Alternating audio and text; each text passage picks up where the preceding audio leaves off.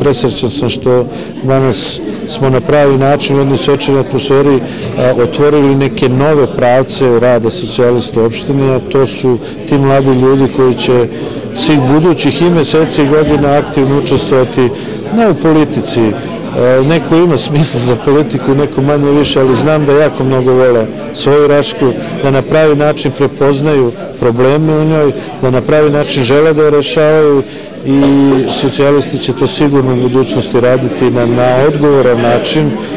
I eto, pun sam utisaka zato što vidim u očima ovih mladih ljudi želju da se suoče sa izazovom koji se zove učestvovanje u budućoj vlasti.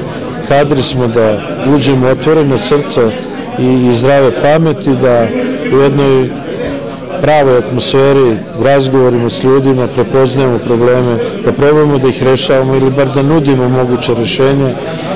Eto, ja sam tu da im sa onom mojeg malo iskustva pomognem, a na njima je da puno radi. Utakmica je pre svega životna, a ne politička. Znamo kako je danas teško živeti, ne samo u Raški, nego i u opštinama sličnim ovoj. Socijalisti su danas jači nego ikada. Ja sam duboko ubeđen da se to i prepoznaje. Ne ovdje danas na sastanci, to su mitinzi i neke atmosfere koje možda trebaju da prave više da budu ikebana, ali ne, ovo danas nije bila ikebana, ovo je želja ljudi mladih da dođu.